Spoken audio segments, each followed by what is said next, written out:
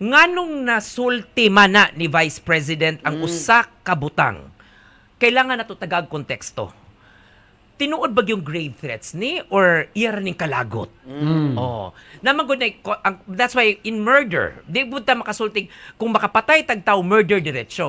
You have to give context. Nganong napatay man na nimo, it can also be self-defense. That's the motive. Correct. Dagang kay ko na imong igagaw mo Attorney Renel Oliva.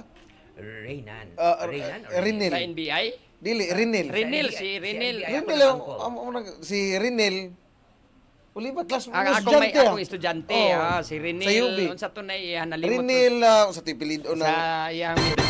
Pero Minaw basta siya, Oliva. minaw siya nimo. May buntag din na rin. Sige. Anyway, sa atong pagbalik, Attorney Regal, arita sa imong insights, and I know you've been observing the whole process of impeachment for the last katulo na ron kasi mana, di ba? No, for the last 2 weeks, you've been observing, and last na karon nga presentation sa ilang witness sa Article 4 or kining sa ground nila nga assassination plot on betrayal of public trust. No, wherein si Director sa NBI gyud ron ang ilang testigo. Presentar. No, si NBI Director Milvin Matibag. For the last 2 weeks sa Paniera, we would like to hear unsay mga insights nimo. Naobserbaran. Tan-aw nimo na establisar ba sa prosekusyon, napalig-on ba nila ang ilang mga pasangil nga posibleng diha pa lang sa assassination plot posibleng makonbikto na ba si VP Sara? Sige. Alright, balik ta Brigada Arnel. Unya daghan na kayong excited, maminaw sa ato aron Cebu-based personality mga kabrigada, no? Not only a lawyer but also a social media personality mga kabrigada. No, nga si Attorney Regal Oliva. Again, Attorney Regal, good morning. Okay, may buntag pod. Kualan sa gamayng sip sa kanang among sip sa amo ang Yes. Maxan Oh. Coffee. Perting lamia ana Attorney Regal pod. Oh. Kaunsa man ni. 8-in-1 benefit kag kay na Wow. makapadasi Mangustin naman. mangustin. Anday mangustin siya. Ha? Lami kaayo. You have to get this. Yes, Maxan Coffee na kay wala ka na mo hatagig Drive Max Coffee kay ganahan po niya Scarlag Drive Max Coffee ba niya grabe ginoon to kadasig ang Drive Max Coffee. Basig ang ako ang Paris. Kailangan Kana si Sir Marco no Marco. Sir Marco, basi si Sir Marco tupadad ang Drive Max Coffee. Anyway, Attorney Regal, balik ta, no? Sa ato ang pagpakiginabi, maghihigala sa ato arong bisita, di ni basta-basta, sikat kayo ni mga kabigada, Attorney Regal Oliva, mga higala. Brigada Exclusive Brigada Exclusive Interview. Attorney Regal, you've been observing sa pagsugod, kay daghaman kay ta excited at first, aning pagsugod yun sa impeachment trial, pero for the last 2 weeks sa ilaha diyang nahitabo nga trial Paniera, unsay mga observation nimo in general lang? The prosecution started strong. But we have to also remember nga kaning Article 4 mo po ning weakest among in the articles of impeachment. No, gifile nila ni against Vice President Sara Duterte. And being the weakest article, believe lang pod ko sa prosecution that they started strong. I have to also give it to Attorney Virgil Ligutan nga may pod niyang pagka-prosecute ni siya. Pero ang problema man gud aning impeachment ug any case for that matter, naagyud sa prosecution ang pagpresentar sa evidence. Kung wala gay mo sakto nga ebidensya, mo-fall gid na inyong prosecution bisag unsa pa nakamaayo ang inyong abogado. Mao na ang presentar man gud nila sa ebidensya kay grave threats man ni. Grave threats equal to betrayal of public trust. So naabay betrayal of public trust kung mo issue og grave threats ang usa ka vice presidente. Mao pud nay pangutana nato kung kita huwesta, Senator Judge. Then there lies the earthquake. Murag mo quake na siya dinaog na dinha ang murag fault line. Mahadlok tag di na sila makaprove din ha. Kay as of the last 2 weeks, wala dili strong ang ilang evidence. Kay in the very first place, kumingit the grave threats kinsa may githreat. So ang githreat ani ang presidente, ang first lady ug ang speaker. O kaning House Speaker, nga si Martin Romualdez. Nag-issue ba sila nga they were threatened? They weren't. Because what may affidavit nila from them nga nisulti nga kami threatened kami sa among kinabuhi. Moto proprio ramang gud nga resulti ang NBI nga ni investigate sila when it comes to grave threats. Uman di man gud ni pwede nga ang kaning criminal offense of grave threats kung walay reklamante. Complainant. Di ba kay Di mo na pwede mamalit ka ng kaso sa uban. relative mangguning threat.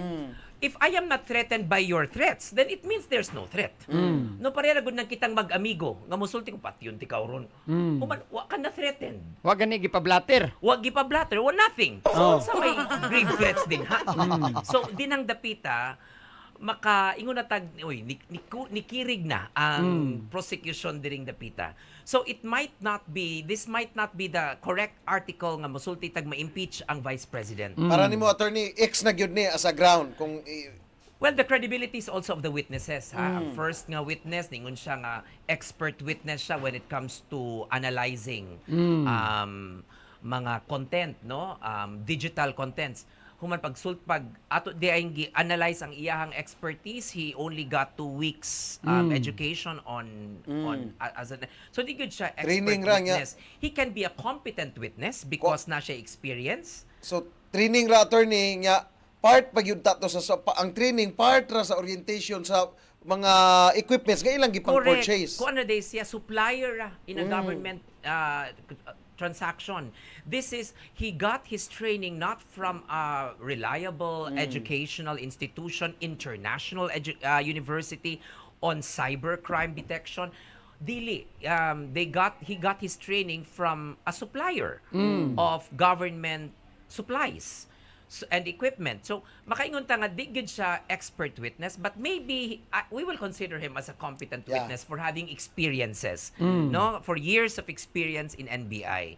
But that has already destroyed his credibility. The second witness also, si attorney Jeremy Lotok. Jeremy Lotok. From the Quanto siya mo sa cybercrime at the time. Correct. He did not also testify expertly nga naabagyoy grave threats niya kay in fact when he was asked questions he said wa naman ko sa opisina, wa naman ko, I am not already in that service in that office because he was transferred in the BARM. So unsay iyang personal knowledge? Wala. Makailangan as a witness, personal knowledge is very important or else your testimony will become hearsay. Tinuod.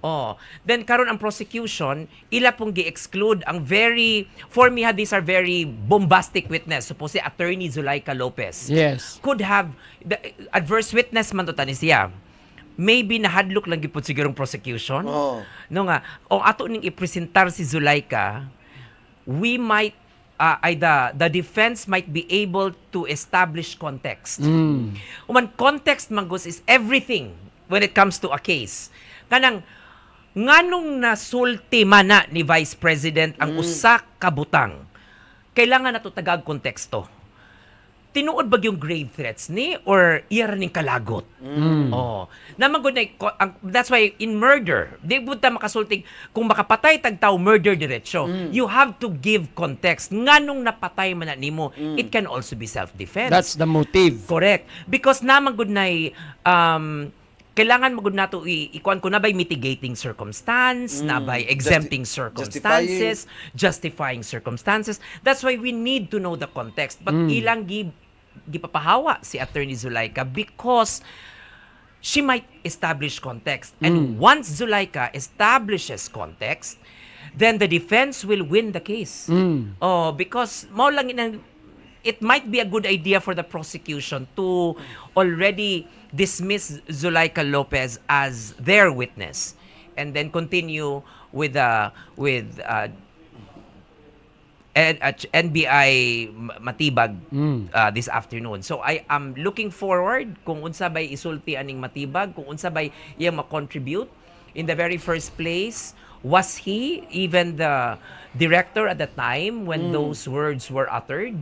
Or what can he also testify and bring to the table to favor the prosecution? Third week pa ni, daghan pa kay tag, we will be going about 31 weeks. Yeah, kay mga 92 trial days pa ni, pito pa kaadlaw. So, appeal karon ang Correct. nakuha sa 92 trial days. Uman ako pong naobserbahan sa sa niaging mga adlaw nagkawala pud ang ganas mga tao No, magtanaw. bitaw, Yes. bitaw.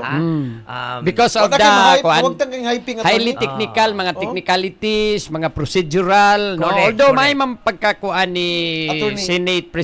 Senate impeachment presiding officer Chis Yes, Escudero, to be fair with him. Ha? Yes, yes. But maulagi na, ang mga ordinary people would not understand. Kaya di maguni pariha ang mga Senate Blue Ribbon Committee nga mga Correct. hearing. No, it would undergo ani mga litigation process Yes, na to. yes. So, we have to observe magud the rules of court. Unlike magud sa Blue Ribbon, any senator can ask the damnest question. Diba? Bahala pa nagunsa ilang question, they can ask it to the witness or to the resource person.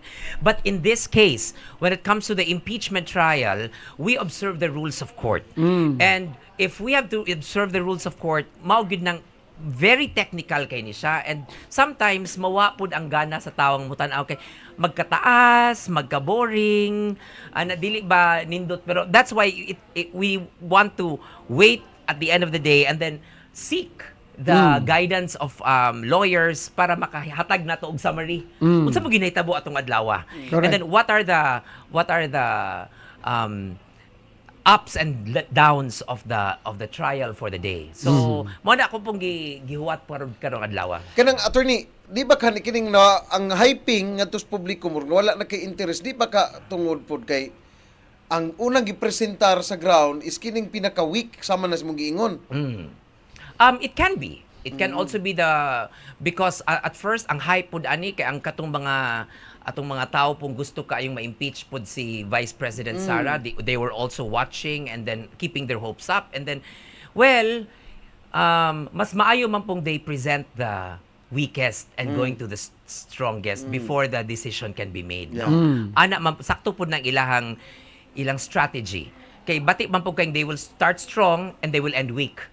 Because most probably than not, the senator judges will acquit rather than convict if you end weak. So maybe they will. My prediction is that they will start with the grave threats and they will end with the confidential funds.